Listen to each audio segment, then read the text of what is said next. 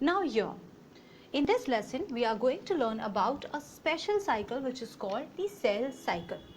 So this cell cycle tells us that what happens after the cell divides, what happens with the two daughter cells, and also when a cell has to divide, what are the prerequisites. So how does it go through different phases, what are these different phases, what all happens to this newly divided cell, and how it prepares itself for this division. So let's begin and understand what is this cell cycle. Now when we start learning about the cell cycle, first of all we'll see that this cell cycle would have the first phase as mitosis, we can say, right? Because we have learned that after mitosis the cell will divide to form two new daughter cells. Okay, now what will happen to these daughter cells is what we are going to learn in here. So as a result of mitosis, a single cell will divide, and here we see the two new daughter cells. Okay, after the process of mitosis, there starts another phase which we call collectively as the interphase. What do you call it? This is the interphase. In interphase, we observe that basically this is a phase where the cell prepares itself for the next division. Alright, and this interphase itself is divided into three more phases, wherein the first phase is what we call the first growth phase. Okay, this is the first phase named as first growth phase. Now since this is first growth phase, we can also term it as G1 phase. Okay, this is very important for you to remember that this is the G1 phase. Okay, so first growth phase, the G1 phase. Now what is this G phase? What is this growth phase? What would happen in here? Well, let's see. So under the first growth phase, we observe that first of all, okay, first of everything, we will observe that after this daughter cell has been formed, it is a small cell. Okay, although its nucleus is full sized. So now moving forward, it has to have more amount of cytoplasm, it has to grow itself as same as the size of its parent cell. Okay, so as the part of first growth phase, we will see that here RNA and proteins are synthesized. Okay, here RNA and proteins are synthesized. These are required for various purposes. Alright, after this, we see that after the RNA and protein synthesis, cytoplasm also increases. Okay, so the volume of cytoplasm increases. Alright, after this, one very important thing that you should have memorized was that mitochondria and chloroplast were two cell organelles which had their own DNA and ribosomes. Remember, during the growth phase, these two, the mitochondria and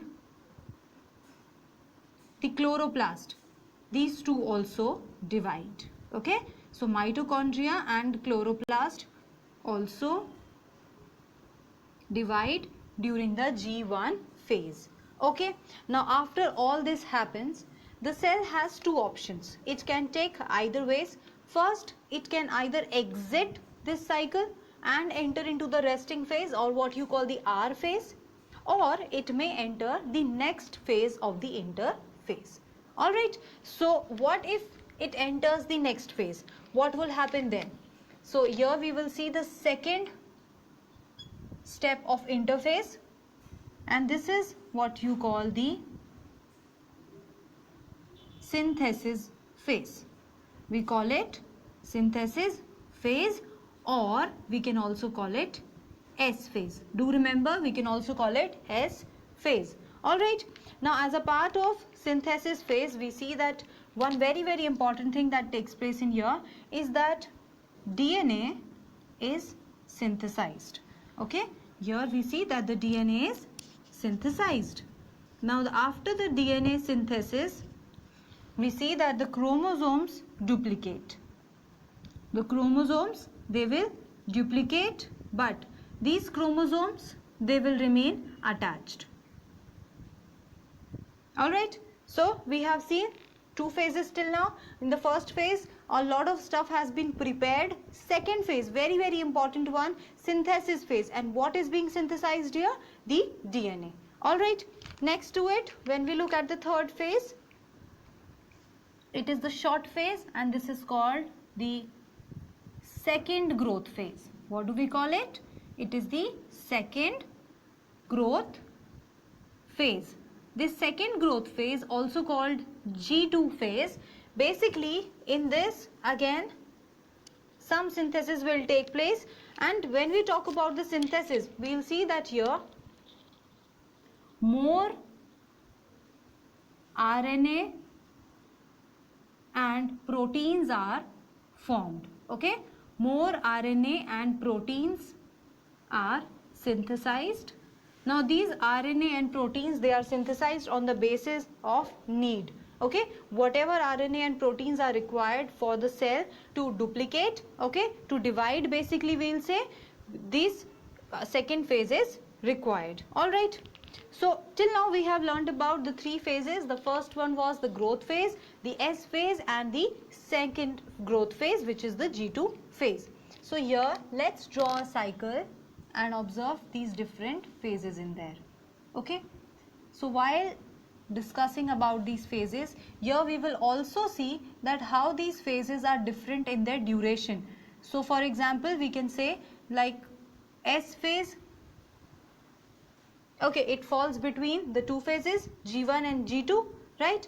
When we learn about the G2 phase, we see that this is the shortest phase. So let's begin with mitosis.